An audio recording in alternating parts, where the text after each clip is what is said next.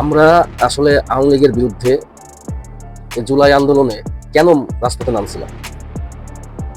শুধু কি হাসিনার এই স্বৈরা শাসক স্বৈরা মানে হাসিনার শুধুমাত্র কি হাসিনার কারণে কি নেমেছিলাম?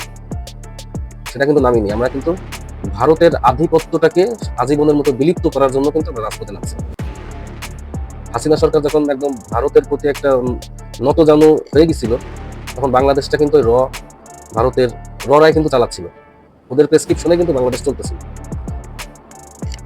যখন অভ্যুত্থান ঘটে গেল, তার পরবর্তীতে কিন্তু সব থেকে বেশি ভারতের চ্যানেলগুলোই কিন্তু বাংলাদেশের বিরুদ্ধে লাগছে, ইউনূস সরকারের বিরুদ্ধে লাগছে।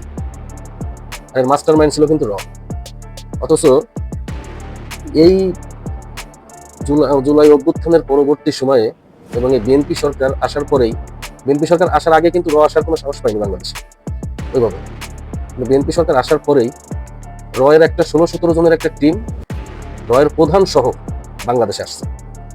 বাংলাদেশে এসে নামি দামি একটা হোটেলে থাকছে, মিটিং করছে বিভিন্ন বড় বড় পর্যায়ের প্রশাসনের লোক, অফিসার এবং মন্ত্রী পরিষদের বড় বড় ব্যক্তিদের সাথে মিটিং হয়েছে।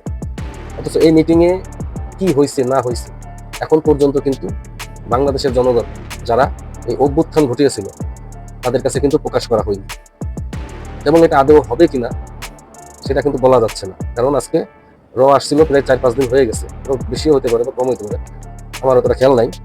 কিন্তু এই কয়েকদিনও কিন্তু এখন পর্যন্ত প্রকাশ করলো না যে তাদের সাথে কি মিটিং হয়েছে, কি বিষয় কথা হয়েছে। দেশ কি তাহলে আবার কি সে ভারতের আধিপত্যের দিকে কি ঠেলে দেওয়া হচ্ছে কিনা সেটাও তো বাংলাদেশের জনগণের জানার দরকার আছে। এবং তারা বিএনপি এবং আওয়ামী লীগের সাথে আবার কোন আতাতে যাচ্ছে কিনা, যাতে সেই বাপ দাদার আমলের রাজনীতির মতোই তারা করে আসবে এই 5 বছর ও 5 বছর। ঠিক আছে, এরকম কোন আতাত হচ্ছে কিনা সেটাও তো জানার বিষয় আছে। কারণ আমি যতটুকু জানছিলাম, আওয়ামী লীগ সরকার যদি ব্যাক করে মিনিমাম 20 থেকে 25 বছর ক্ষমতায় বিএনপি থাকতে পারে, ওদেরকে ভয়ভীতি দেখায়। কিন্তু এরা মনে মনে যে সন্দেশটা খাচ্ছে, এটা আসলে আওয়ামী লীগ সরকার আসলেই বুঝতে পারবে না। আমরা তো মরবোই যারা আমরা জুলাই আন্দোলন করছি, কিন্তু সব থেকে বেশি ক্ষতিগ্রস্ত হবে বিএনপি। বিএনপির অস্তিত্বে থাকবেও না। এই জামাত এনসিপি যদি একবার যদি সরে যায় যে আমরা বিএনপির কোনো কিছু যাবো না, যা খুশি তাই হোক, 2 দিনও টিকতে পারবে না আওয়ামী লীগের কাছে।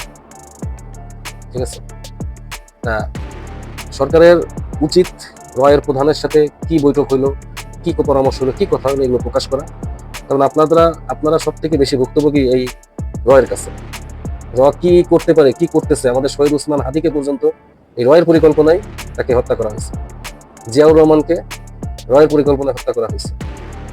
জামাতের যে নেতাগুলোকে ফাঁসি দেওয়া হয়েছে তাদেরকেও কিন্তু এই এর পরিকল্পনায় করা হয়েছে। ঠিক আছে, বাংলাদেশকে ধ্বংস করে দিয়ে গেছে। সেই সাথেই যদি আপনাদের গোপন মিটিং হয়, সেটা আসলে জনগণ মেনে নিবে না। এবং জুলাই অভ্যুত্থানের থেকেও বড় অভ্যুত্থানের জন্য প্রস্তুত হন, যদি আবারও ভারতীয় আধিপত্যের দিকে যদি আপনারা অগ্রসর হতে থাকেন। ধন্যবাদ। আর দ্রুত কি হয়েছে না হয়েছে এগুলো প্রকাশ করেন।